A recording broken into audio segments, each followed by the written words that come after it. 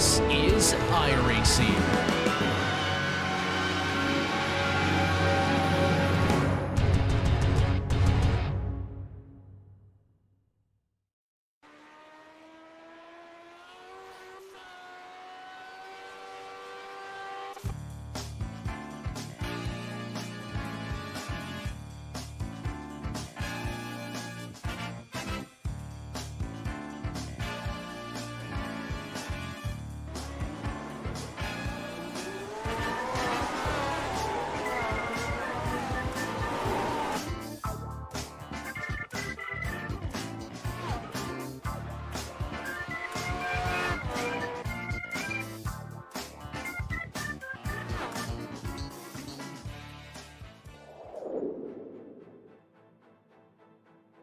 The hallowed halls of one of America's longest standing road courses hadn't hosted Formula One even since the time of the Lotus 49, but it remains an incredible venue to bring any kind of car around. And a very, very packed grid is going to test every inch of this ancient airfield today.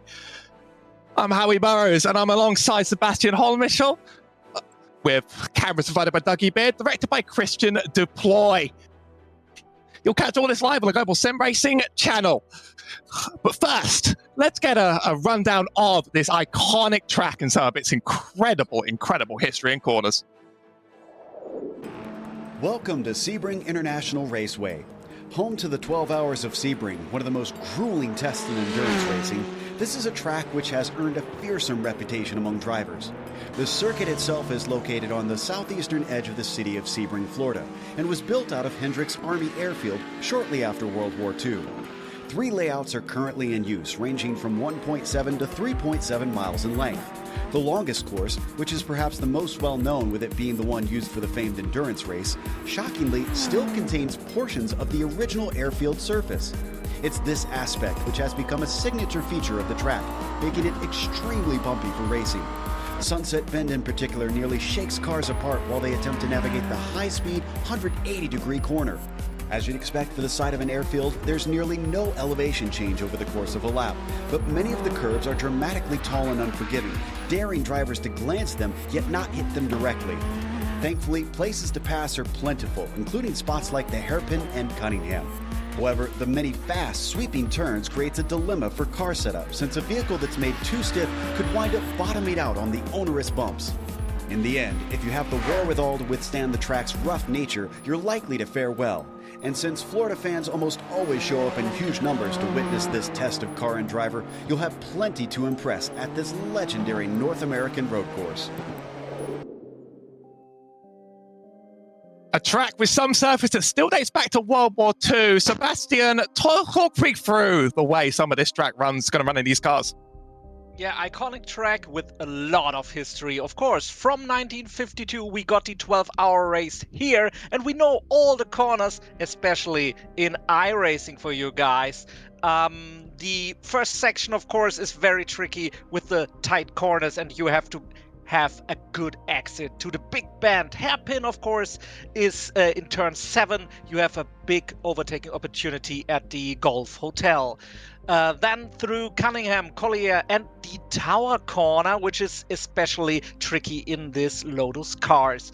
And of course, we going down to Le Mans and then the Ullman Straight into the Sunset Bend. And it will be rattling. It will be, yeah, very manly driving here today. That's for sure in beautiful Florida at Sebring. A lot has changed on the track layout outside of that iconic runway since its first running in the 1950s, but there's still plenty of classic heritage in this track indeed. 3 championships still up for grabs here in the Lotus 49 series. Henry Morse leads over Mick Claridge with a 19-point gap. Now, starting to get safe with only 3 weeks to go. Jorge Nieve sits in P3 ahead of Kevin Verbruggen, Gary Ho, John Olsen, Nicola Kochi, Archeus Cordelis, Gary Quellen, and Seb Clapper in 10th. And here we go with the F2 driver standings. Mats Linden is leading with 213 points, but just 8 points short is David Tomaski. Sansar is still in the grabs with 3 races to go, but is followed closely by Tobias Hernvi.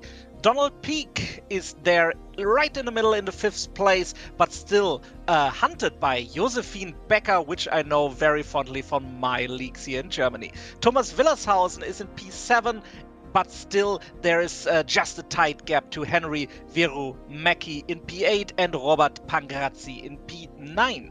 Alan Graham fills up the top 10 here in the F2 drivers. Of course, there's another championship to play for in the 49s, and it's the Nations Cup. United States taking the advantage with only a few rounds to go, but it's very competitive between them and Spain week to week. The United Kingdom sits over the Netherlands for the 3rd position, right ahead of Sao Tome and Principe. Tuvalu sits in 6th ahead of Hong Kong, Italy, Lithuania, and Sweden, hanging on to that final 10th position. Still lots to play for with a lot of points up to grabs.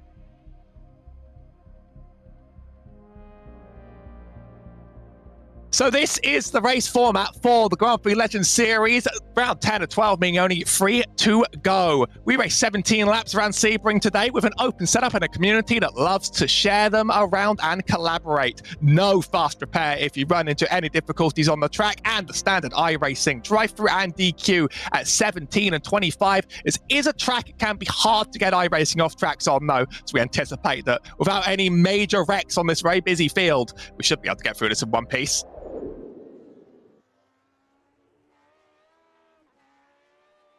Qualifying starting to wrap up for these drivers. 4 minutes to go on the track. And we have a big split today. 38 cars on number 1 car, Jorge Nieva. Currently thinking of wrapping up. Yeah, just imagine 38 of these machineries here on beautiful Sebring.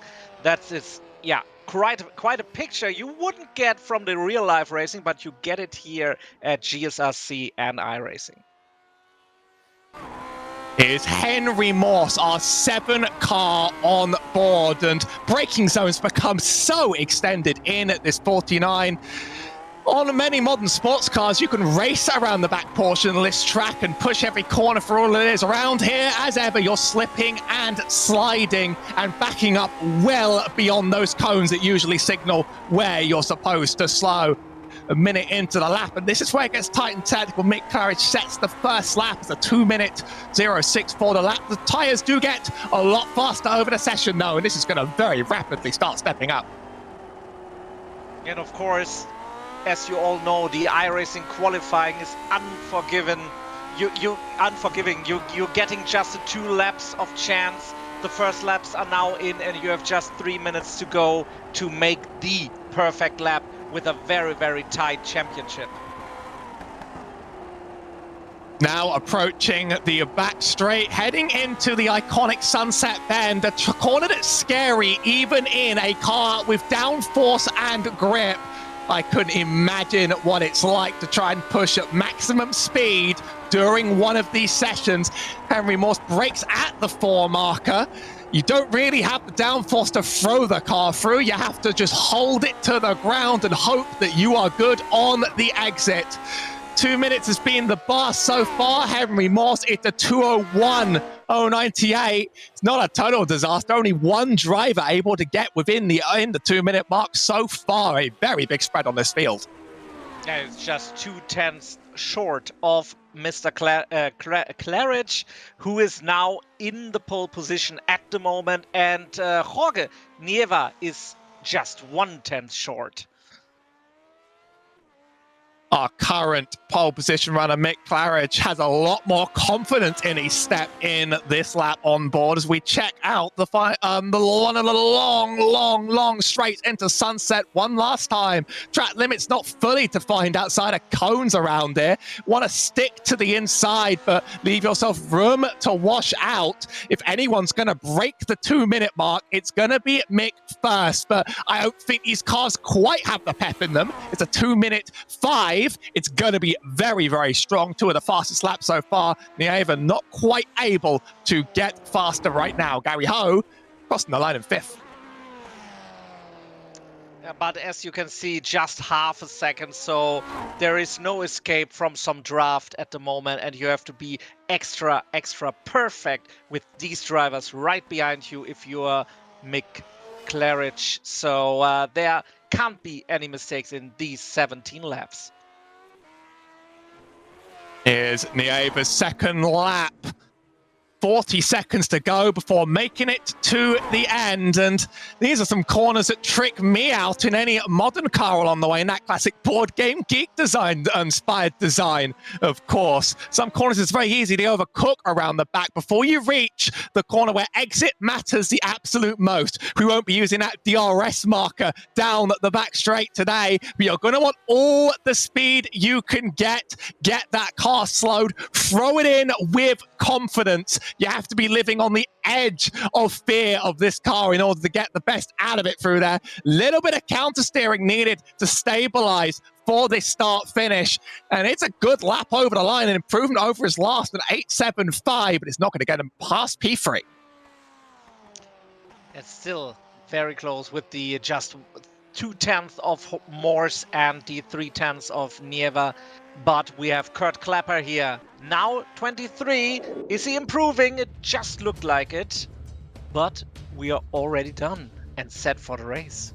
He might have just missed the brutal iRacing cutoff of the 8 minutes. We got a lot of cars to get through on this starting grid very, very fast. 38 entrants on the track. Mick Claridge lines up over 2 minutes 52. Henry Morse right alongside Jorge Nieva sits in P3 next to Kevin Verbruggen on the second row. Gary Ho in fifth. John Olsen in sixth. Ricardo Ruiz, Gary Quellin, Arteas Gundelis, and Laust Olsen in our top 10.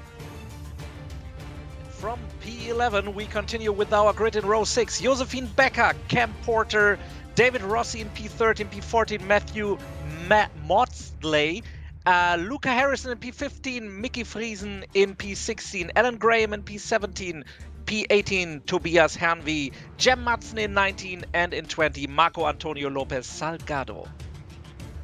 I like to think they're giving us all the time on the grid they could want. In 21st, Bruno Santamaria ahead of Sandeep Banerjee, Kurt Clapper, Emilio Pradea, Dan Breckers, Zencar, Henry Furumaku, Ada Hamilo, Thomas Tuba, and Michael Grisinger, leaving only 8 on the back. But we have more. Jannis Carpentier in P31, David Tomaski 32, Andreas Bruno in 33, Jeff Richardson in 34, Jeffrey Stanton in 35, Zap Clapper in 36, Mats Lynn in 37, and Donald Peak fills up the grid in 38. But maybe he can go a little bit more to the front. Exactly on time. Only 20 seconds to go until the mandatory end of gridding. Standing start as ever in this series. So drivers are going to be scrambling into that very, very wide turn one and having to slow quite hard without any aero to help them. About half an hour of racing on the track ahead. You can see drivers starting on the back of Sunset. Turn, it lasts so long. And we are green here at Sebring. Jeff Richardson gets a good launch as ever, but it's on the inside. Jorge Nieva, who's able to beat out the outside starter of Mick Claridge, holds it tight to the inside, still side by side. If all 38 cars can make it out of this turn one, it's good. It's not all good for every single one of them. There's wrecks in the back and some complaints up near the front of the pack. Nieva not able to get the pass done on Moore as the track shrunk, but he looks all over that gearbox. That's how it goes. Some started in corner 0. There was also tangling on the main straight, but now we are on for some nice racing here. And of course, we're watching the fronts. We're watching the guys who can go all out with these cars. Jorge Nieva looks like he's faster, looks like he really wants it, but just hasn't made a brave move yet. Mick Claridge enjoying the fighting going on behind, and Kevin Verbruggen just a little bit off being able to challenge. We're on board with Nieva's car here as he approaches the tight back portion of the track. Gonna have to keep an eye on just how much slipstream you get down that back straight, hopping over the curbs in almost theatrical fashion as we run through the back portion.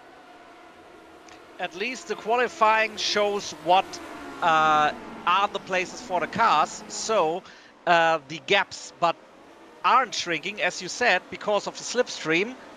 Or not getting any wider at the moment, and just 2 cars in the pits as far as I've seen. So a great start for 38 cars in total. So 36 still on the lap, but as you can see, the whole stretch is filled with glorious cars. Nieva didn't quite get to the exit he wanted there down the straight, and that slowed him down, kept him out of a sufficient draft range. Looking further back, here's Jeff Richardson out playing at that game of himself, so there is an advantage to be gained if you're close enough. Now, Luca Harrison, side by side down the start finish. There might even be room for a third when they get bolder later in the race. You want to try and hold it to the outside for momentum on board with Cam Porter, a classic racing legend on iRacing, who I'm sure we'll be seeing back later this evening, currently trying to navigate that P12 and 11. When you're in this much traffic in these cars, sometimes you just need to be patient and stick to yourself. That's Rossi and Harrison further ahead us. That's Rossi trying to get up the inside of Harrison, not quite getting it done, compromising at the exit. I think Cam has speed here. Yeah, Cam is hunting them down, but in the end it comes to the braking zone where he can shorten the way, but he's looking for it, going 3 wide maybe. No, getting backed off, just as you said. You have to trust yourself, trust the car, and trust the drivers around.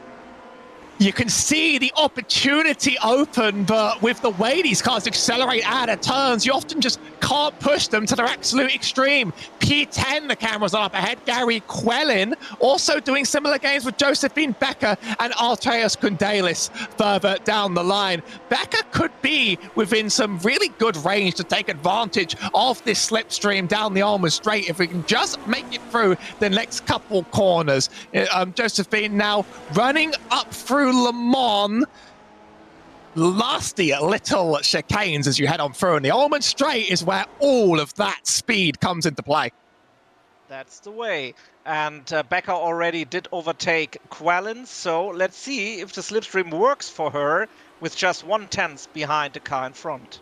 But we all know Kundalis, and he is checking his mirror but still turning in, so there's no backing off. Kundalis taking a wide run through the turn. Momentum could help, but that's allowed Josephine Becker to get alongside. She's not got the speed on exit. That's the disadvantage of taking it inside. Now, trying to cut up to the inside. She's wants to get this late on the brakes and run this close as you can get between the 2 wheels. I'm surprised Kundalis didn't back out even further into the grass. Another little slow on the accelerator. It's just about going to get away with it, and Becker's going to enjoy that extra place for now for P9. Yeah, 2 places in under a lap, and we are back to Cam Porter, and it's really enjoyable that he has his cams, that we can watch his very focused face and eyes on the monitor in front of him. So this is really a tight battle, and maybe this is his chance. Those steely eyes of focus allow him to make a tough outbreak there into one of the track's most terrifying corners. Through Tower, now up through a few faster turns as we look on the rear view cameras. You get a full view of that open engine well before we knew anything more about how to call them around here. A very confident move from a driver I thought was going to be a little more measured, but he got it done, and he's got places to be on this track. It's now 7 attempts to the next car down the road, Luca Harrison. So work to be done, and quite a pack down the line. Further up front, Jorge Nieva hasn't made that P2 move happen, but he could be in range down the straight this time. Yeah, I think so too. The range is now by 1/10, so this is the opportunity. But of course, Maurice is defending, but we are back to Sunset, where it will be decided as before, as last lap, with the inside or outside line. But he stays back. Jorge Nieva stays back a little, maybe waiting for his chance in T1. if you can get yourself on the inside in turn one, you can sort of scare the car on the outside out a little bit. He tries to stick his nose in there, just a little bit of a poke and a push. It's not going to be quite done, but Henry Maurice has been feeling relentless pressure lap after lap all the way through this race so far. With 4 laps through, we still have plenty to go. Mick Claridge probably enjoying that this battle is slowing down the two behind very, very well. Yeah. And we got a replay. It's coming. I promise. There it is from the start. And of course, this is further back. Tires, yeah, tires making contact and cars flying nearly over the pit wall. So this is, yeah, the end of the race, even before turn one for some of the drivers. For Sandeep Banerjee, of course. I heard a little bit of disagreement on the mic, but that might happen when you try and get 30 cars down that straight. It is wide, but it compresses so much going into that turn one that you sort of need to know where you are and assert your position, or else you end up inside someone else's car very, very quickly. This is a chase that we're going to be watching for a lot of the rest of this race. Nieva has been the fastest on track, even without clean, uninterrupted air ahead. And often it's just going to go down to how much you slip through some of these corners. This is a predictable car, but it's one that you have to treat very, very gently. You don't get much grip on those groove tires. You don't get much force in those brakes. You, of course, got nothing sticking you to the track. And instead, you're on the edge of slip every single lap trying to make the best of it. Right now, Nieva's being patient, I think. He's waiting to try and scare Henry Maurice into a mistake. He's done a good job holding on so far, though. Yeah, also maybe playing the long game, thinking about, yeah, we have still 12 laps to go. Let's not fight too much and get back into, yeah, the near rear end of Mr. Claridge. So, yeah, he, of course, is enjoying the fight in his mirrors, like, yeah, somebody betting on dogfighting in the 1950s in a back alley of New York. But of course, he knows that they will fight if he slows down just a little and will attack him, of course, too. I mean, the back alleys of Florida might probably end up with just the same sort of activity if you're not too careful. Mick Claridge. Alligators. True. They might just be on the track waiting for us. Mick Claridge hasn't been able to completely run away uninterrupted. Still in that 6/10 bubble. Jorge Nieva now within 1/10, constantly looking for chances to outbrake. That's a scary, scary attempt to get close. But this is the closest he's been so far. And if he can stick within this bubble on Maurice throughout the next few tight, tricky corners, he's suddenly going to have a free run down this final straight. He's not been able to get it done yet, but we've seen people make moves. We've seen people race this properly, and this is the raciest I've seen him so far.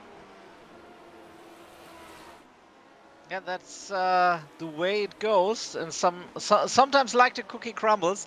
And of course, Jorge, as you said, is the fastest man, but yeah, you have to make the move, you have to scare the car in front if the skill is so near together in this top three.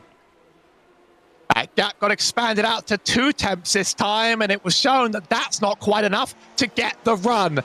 Claridge still in that 6/10 bubble up ahead. This top three have remained glued to each other. Verbruggen behind is an entirely different racetrack. You can just see him panning into the background as we speak. I keep seeing an air of inevitability over Nieva's driving, the highest iRacing driver in this lobby at 7,241, and absolutely an aggressive veteran of the series. But Maurice has to have just been very, very, very strong and capable to hold on quite like this. Looking back further to where Cam Porter was fighting earlier, it's a three horse race. Luca Harrison in the 20 car and Laust Olsen in that yellow 10 car, running their own little trainer themselves. Drivers have gotten into their own sorts, and that's Mats Linden, who may have had an extracurricular run with the wall. And he can't make it to the pits there, so it's race over for him.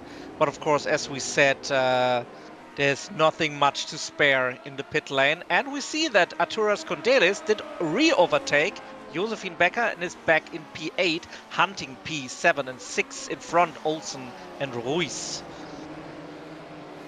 And that gap has been expanded now a second since the re-overtake over Becker, so she's going to have to do a lot of work. Here's Matthew Monster. This may have something to do with the contact, and it's more than an extracurricular run into the walls, it turns out. It might be one of those crashes you wouldn't really want to see anywhere, but in the sim, a full landing on the head down the back straight after a little bit of a wheel bump, and that's going to take him out of contention at the very least. So Kondelis here is on the rear of John Olsen and very, very close and very, very threatening. Was able to clear Becker, and I think now is close enough to show us what the slipstream can finally do for once. There's a reactive move from John Olsen up ahead, tries to block it off, but just about backs off in time to prevent the contact, realizes that isn't quite going to work. Now down on speed, and Kondelis is going to run at that inside line. Last time we saw a pass like this on the cameras, there was a comeback opportunity into turn one, but I think this time it's not going to be quite the same as before. Yeah, Arturas maybe knows where to take the tires to make this overtake in Sunset this time perfectly work, and yeah, he's now up to P7. Keeping an eye on Morse and Claridge as ever, as now up front, it's gone a whole lot closer, and Nieva hasn't really gotten that on Morse. So now Morse is playing the game in reverse, able to clear 4 attempts on Claridge in the last couple laps, and now threatening for the lead. Never truly lost touch, was running the same lap times, but may have been holding back some of that pace in the tank. We're on lap 7 out of 17, so there's just over 10 to go. Make it 10 and a bit, but we're keeping an eye on this throughout the race, because this free car chase, there's been plenty of free car chases today, doesn't seem to show any signs of anyone truly giving it up, and Claridge has been pretty happy in that P1 for now. Now he might be getting scared. Yeah, that's the point. I mean, you can be in the front for 16 laps, but if you get overtaken in the final lap, in the final corner, through the slipstream, and yeah, I don't say he's the sitting duck, but yeah, they're aiming at him here right now for the slipstream and for the final overtake.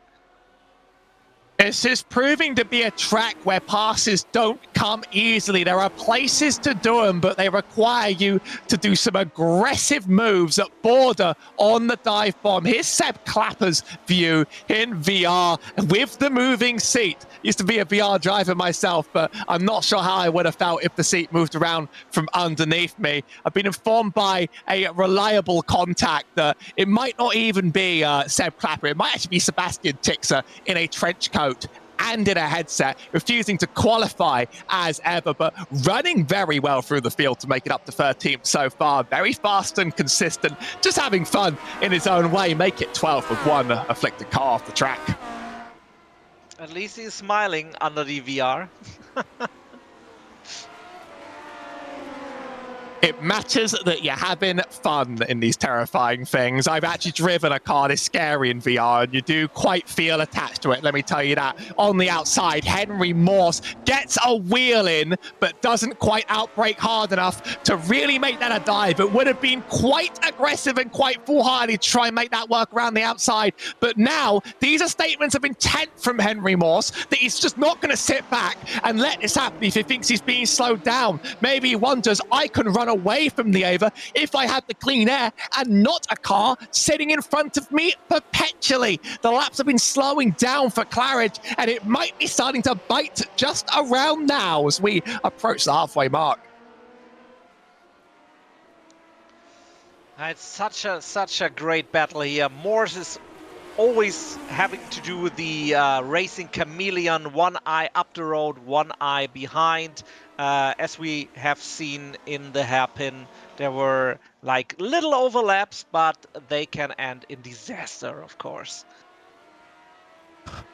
Still running in single file as we approach sunset. We're seeing the moves get a little bit more high pressure as the race goes on. People getting a little bit more and more impatient, a little bit more pokey in there. And I wonder if now one of the drivers is going to be close enough to make this move down the start finish into turn one.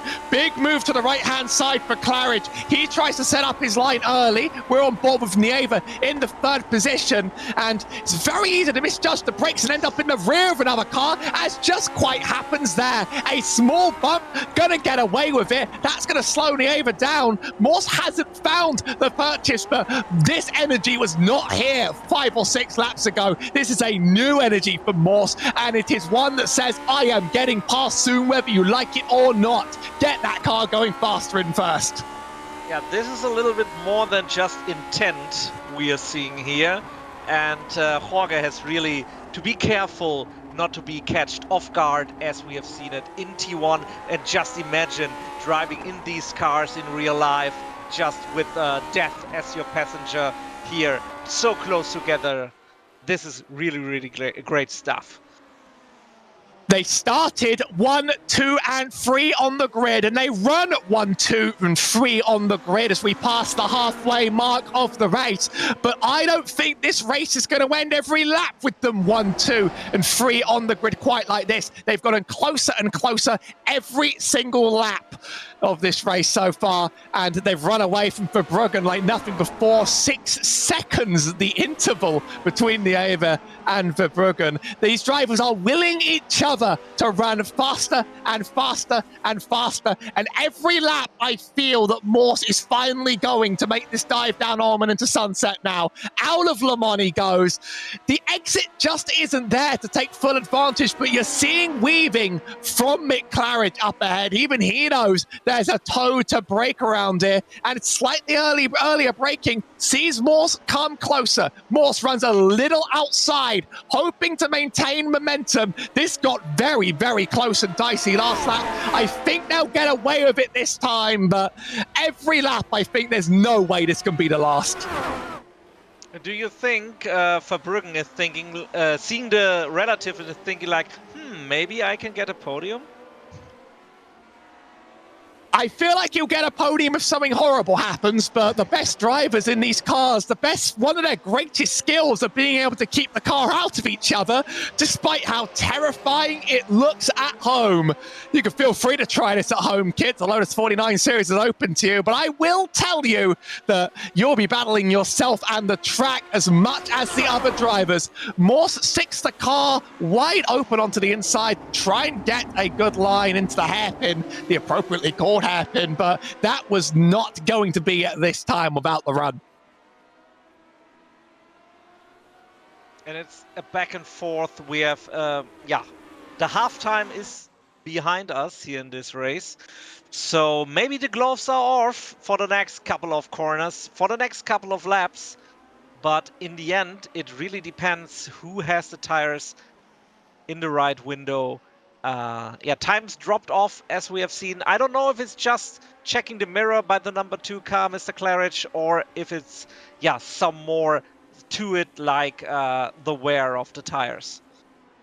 Now, Sebastian, I don't mean to accuse anyone of invoking the commentator's curse, but those who pay attention to the tower may have noticed that Verbruggen is not going to be getting that podium anytime soon. It was a self-spin that's dropped him down places on the road.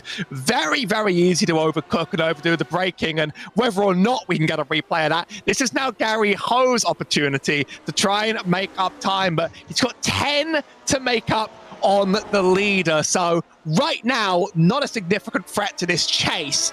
This chase that seems to get closer and closer and closer. Drivers quite off their average pace at the moment, seem to be holding each other up as they run around the track. Nieva's dropping off the back though. Now it's the Morse and Claridge game, and Morse feels like he wants this more than Nieva wanted it on him. Yeah, right. And I don't ask the question if Gary Ho is now looking for a podium. And the thing is, of course, Kundelis in P5 also is now having a blast, picking up more positions. And here's Verbruggen's replay. Here he comes as we do a pass for the possible lead on the hairpin. Mick Claridge stays out ahead, but that could have been the move. Two exciting things to catch at once on the screen. Make your move. Verbruggen did just happen to self-lose it. The car's still in one piece. He's now in ninth. That's bumped up Josephine Becker, Gary Quellen as well. Fast driver, though, should be able to make his way up the field. Here we are side by side, and Henry Morse still getting his nose in. Still not clearing it on exit. You mentioned corner exit in the run-up to this race, and it's been a real factor that these cars just accelerate so much differently to what you're used to. Now the throttle is your friend, and there are no assists here, so it's really up to you, to your feet and hands, to control these beasts around the track. And of course, Nieva is now back in contention, also for the win, I would say. But that depends what the cars in front will do and how and where they will attack and get really, really feisty. A heavy weave by Claridge from a much faster Morse, but this time he's out braking on the outside. I think it might have been deliberate, though, to make it up on mid-corner and exit. Claridge remains ahead after helping put the power down, but he's not done holding Morse off. Gonna run him right up to that wall. It bends to the right, then straightens out.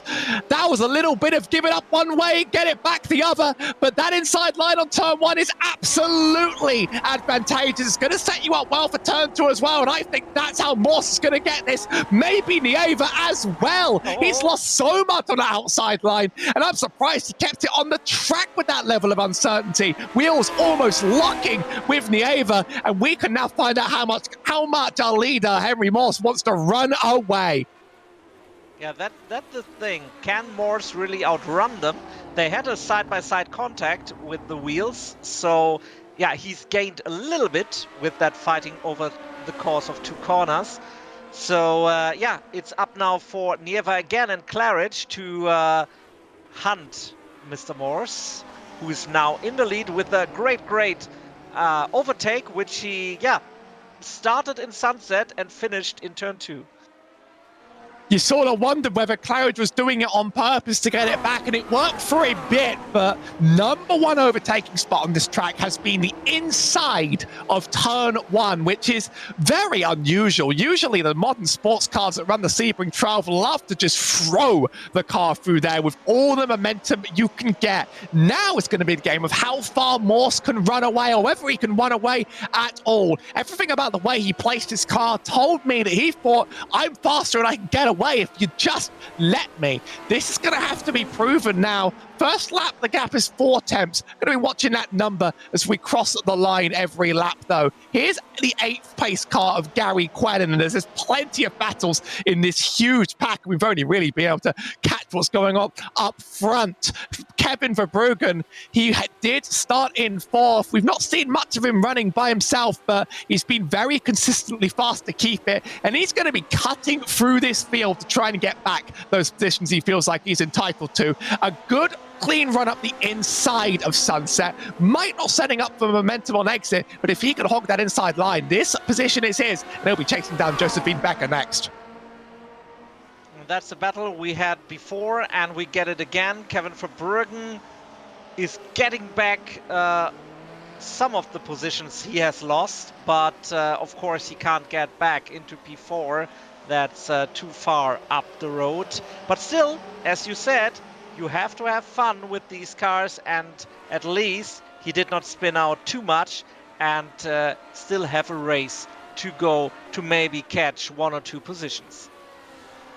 Watching Mickey Friesen now running the outside of Sunset in a battle for 20th. A very small update, though. Look at those gaps up front. It hasn't been a runaway. Here's Emilio Pradera in the 22 car. In P21, lots of these battles are sort of mirror images of what we've been seeing before. Limited opportunities to pass around here, and precision required at every opportunity. 5 laps to go on the track. That makes it just under 10 minutes of running, and Mick Claridge is not done and wants this place back. Kept it within 2 tenths to a tenth at the closest of times around here, and we might see a repeat of the same strategies that lost him the place now that he can be the hunter. Don't count on Jorge Nieva either, who hasn't really challenged, but I think is happy just sitting here right now plenty fast. Yeah, that's the point, sitting here, and here's the big dive by Claridge. I don't think those dives necessarily work on the corner exit. Claridge is going to be able to stick to the wall with momentum, but you send it in the corner too hard, and on the exit, you're just going slow out on the other way. Henry Morse almost left that inside line open in the all-important turn one. Hasn't quite materialized for Claridge, but that was desperation in a move. Now, that really feels like Claridge wants it. Cam Portis losing grip and spinning out of P12 there on our picture-in-picture replay, able to get the car back in one piece, but these cars can just swap ends if you push those tires too hot, and it is a hot day here in Florida, let me tell you that. 30 degrees Celsius in the air, and a track hot enough that you wouldn't want to step barefoot on it by any means. The chase into the hairpin continues. Jorge Nieva watching on as Mick Claridge is absolutely hounding the Henry Morse car up ahead. You constantly feel like he'll end up in the rear of his opponent, but in fact, off the corner, is it going to be two drivers missing the braking marker? Henry Morse completely overcooks. Jorge Nieva almost does, and I think Claridge just been gifted the opportunity to run into the sunset.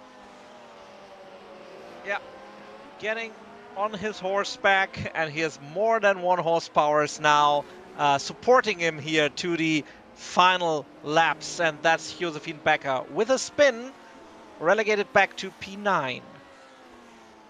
Talked so much about what the battle was going to be. I didn't think, what if the curse that's been hitting some of these drivers hit someone up front, and you miss one braking zone, and Henry Morse is missing more, overcooking and sliding those tires. They're very, very sensitive to temperature, and a driver that was on top has just made slip after slip after slip, and with only 3 to go when Claridge crosses the line, that might have been an opportunity of a win robbed out of his hands with just one mistake cascading. He's able to make it through sunset in one pace, but that car's not going to be running at its optimum pace anymore for some time, and Jorge Nieva is a second back on Claridge. This top 3 feels like it may have just locked itself in.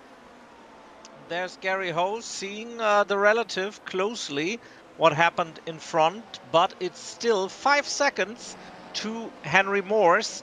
Yeah, 2 big spins, and yeah, also Gary Ho here in a motion rig with VR. I love it when you get to see them over the shoulder as well. You almost get to see the view that they don't quite get, but you almost get a perspective as to what life might be in a car like this with significantly less danger. Gary Ho hasn't had an uninterrupted run to P4 as Condelis has been chasing. Started P9 on the road and has got himself within the sort of range where 1 or 2 good laps puts him within the threat of taking the P4. Right now, Gary just needs to drive in his head, and he just needs to drive cleanly, and this will be a P4 on the road for him. But does just need to be watchful and careful. There's a balance of mirror driving, of course, but so much of the racing at this point, especially on these cars and this track that you cannot underestimate, is just surviving at this rate. And we have seen about survival.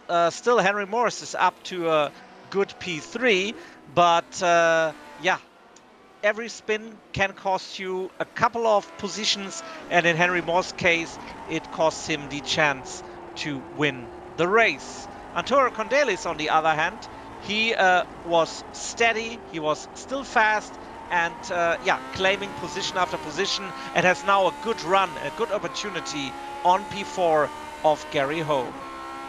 Condelis got a spectacular exit, and just as you already said, exits mean everything. This could determine everything about this sunset run. In fact, it very much will so as Ho runs wide outside of the cones. He might have momentum, but he might just be getting held up as well. An equally reliable source I will choose not to name In fact, it's Christian. Has also told me that Gary Ho runs the same setup as our Sebastian Clapper stand-in, the real-life setup from this car.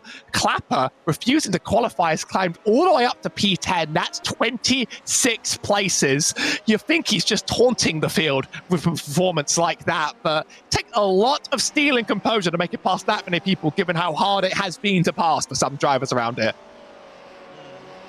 And remember where he started, and now he's in the top 10, and yeah, even up to take P9.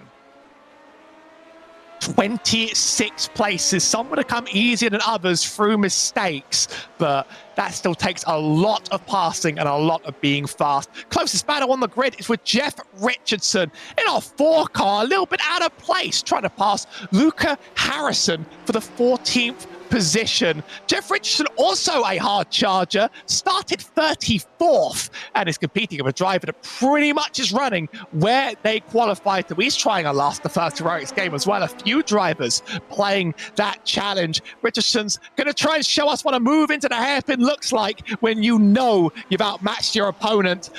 Alongside on entry on mid-corner, and that is not quite an outmatching because he's not clear on the exit when he tries to make it through. And maybe we own a commentator's curse for that one. That is a kind of brutal.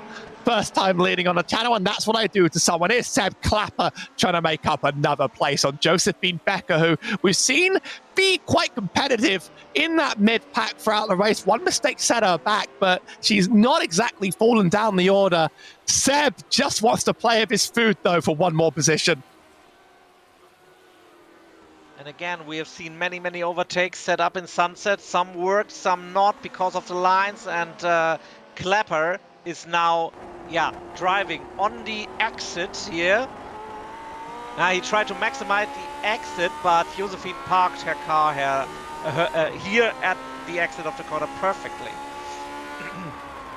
It's a reference to 2 other Clapper brothers who do not like to qualify for this series. Seb has decided to do it himself, but he's going to have to go around the cars rather than through them if he wants to make up one more, as some speed differentials through turn 1 made that a terrifying proposition. Final lap of the race is due, and our top 3 is pretty much locked in after some very, very tight and tough battling. It took a big mistake from Henry Morse to lose that P1 and drop all the way down to P3, but Claridge did not stop putting on the pressure. Picture in picture, we're still watching the Clapper battle as he runs his opponent wide there through the dirt. I think he's the one that was run wide through the dirt. In fact, Josephine Becker, indeed the other car in the picture. So we had to cut that, might have had to give some up to the iRacing slowdown. Now making the dive one more time. He wants this P9. He's going to secure it. And I'm talking about drivers that wanted their place. Mick Claridge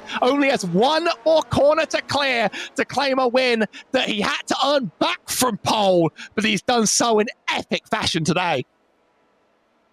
The final corner, we had some lead changes, but Henry Morse was out of the picture, and now it's Claridge driving from pole to victory the last time through Sunset and onto the main straight, and it is the number 2 car winning the race.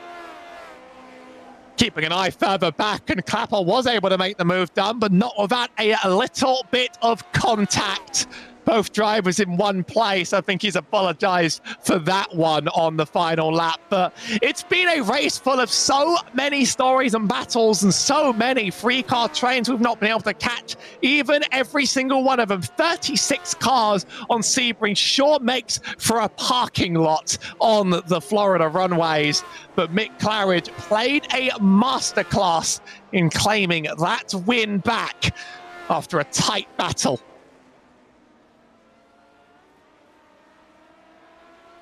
And everyone can be happy who finishes this big race of 38 cars on Sebring here at GSRC in iRacing. And yeah, I would like to do it every week. Of course, my time is short, but I must say what these people, these drivers, male or female, put here to the test is absolutely astonishing. And everyone should try the 49s or watch them race. I am a particular obsession. I have a particular obsession with them on the oval weeks, but maybe that makes me one of the unusual ones. Let me tell you that every time I hit the track in these things, they scare me in a new way. Some drivers still trying to finish their laps. Dan Breckus and Emilio Pedrea just about to cross the line. So many cars on the tracks that we're still watching more and more fly through. That Zen car in 27th, Donald Peak in 28th. Kurt Clapper will cross in 30th, Ricardo Ruiz in 31st, and Armilo in 32nd. I don't mean to do the full manifest. We've got some finishing results to get to, but there's a lot of drivers still yet to make it over that line, and that marks our last one and our final results.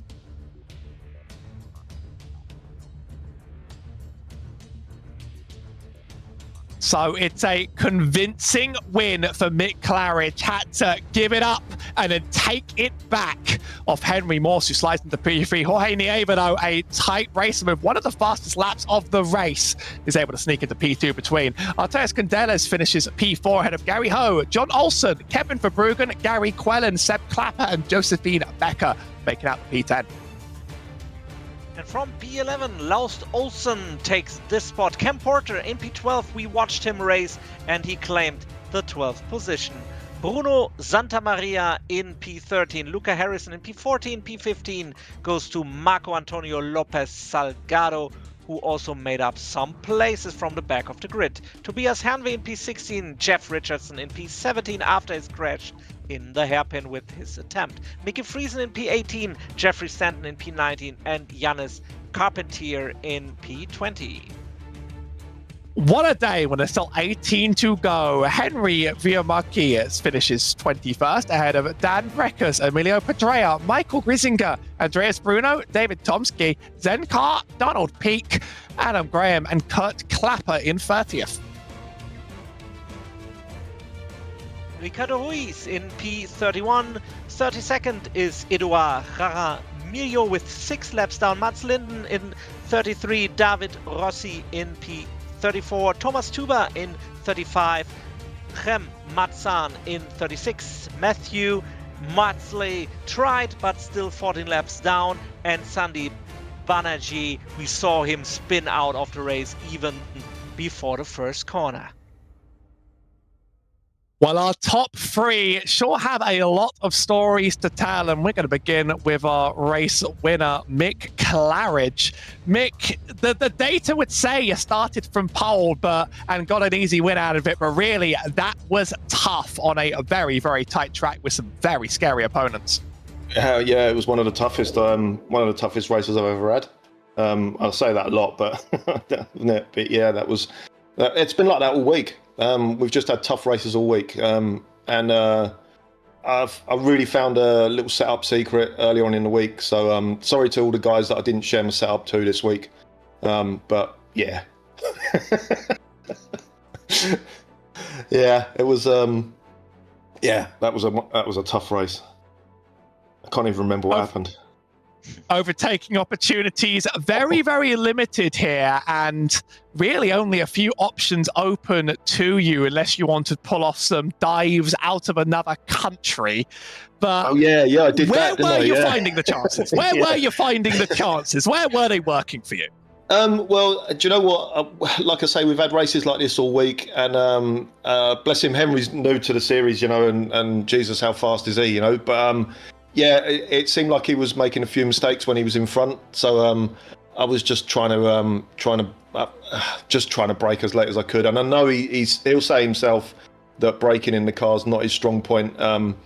So yeah, I don't know. I mean, just a crazy race, And yeah, that dive down into the last corner into Sunset, I didn't actually even mean to go for that there. I sort of missed my brake marker, but yeah. I'm surprised I came out, without hitting the wall on the exit. Well, the pressure finally lifted after a critical mistake from your closest rival on the track. What did the pressure feel off? How much did the pressure feel off for you when you finally got a little bit of clear air to run? Because still drivers were looping it around all over the track, but you finally did get a bit of a gap to run with. I wondered where the back markers were today. Yeah, so that's what it was. Yeah. The guys came off whatever corner that is. That slow right hand. It's tough braking zone because you come round the left, and probably in every other car on the service, you're lined up straight, and then you just hit the brakes. But in the 49, you're sort of braking just as you straighten the steering wheel up. So you've got to be on the brakes hard there, and get it right. Otherwise, you just do what the guys did. It's really easy to do what they did there, and yeah, the pressure was off until I saw Jorge getting bigger in the mirror again. What happened there? I mean, I wasn't going any slower. Jesus Christ, man! Well, an epic race, an epic result, a good win, and hope to see you again on the track soon. Yeah, cheers, mate. See ya. That's our race winner, Mick Claridge, and I'll leave you with our P2 finisher. Yeah, P2, always, the first loser, some would say, but I think you can feel as a winner in this 3-car battle all over the race. How are you feeling, Jorge? Hey, I'm feeling nice. I think I I got lucky with Henry making that mistake, and I finished second when I deserved third, so I'm happy. Yeah, I hope so. We also talked about being happy here in this race is, the first thing you have to be, because if you feel good with the car, the race comes to you. And you try to get your car alongside sometimes at the hairpin, but of course, I think the pace of all you three is so similar. Yeah, it was very similar, and they both were a bit faster than me, so it was almost impossible to me to try to make the move. They were fighting all the way. I think that's the main reason I was there. I think if they couldn't have fought that hard, and maybe they would have gone, and I couldn't finish second, so almost impossible to pass for me. Yeah. I think you all three did a great job, and sometimes it's just one mistake and which decides in such close competition. But I really enjoyed to watch you three race, and congrats again to your P2. Thank you. It was really fun. Thanks. So anyone you want to greet out there? Yes. I want to thank Mick for hiding his setup this week, because I didn't expect that from him, but it motivated me to try to win here, but it was really hard. Great work, Mick. Congrats. Yeah, so hopefully another great race next week, and enjoy the weekend. Goodbye. See you.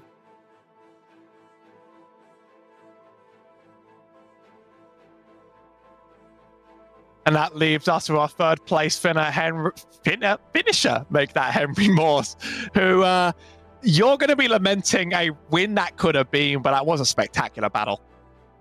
I hope it was fun to watch. God, it is really quite the handful of this track. I had a lot of fun battling Mick throughout the week, and that was a fantastic race. You are far from the only driver on the track to make a mistake when it mattered. What are the hardest turns of the track to nail, the ones that really scare you every single lap? It's really hard to pick one that doesn't. To answer you honestly, I think turn one is pretty comfortable. I don't think any of the other ones are really very comfortable.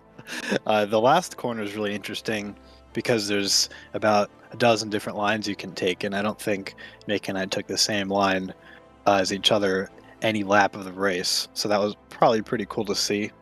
A lot of these braking zones are pretty deep and long, and it's not really this car's strong suit to be doing that.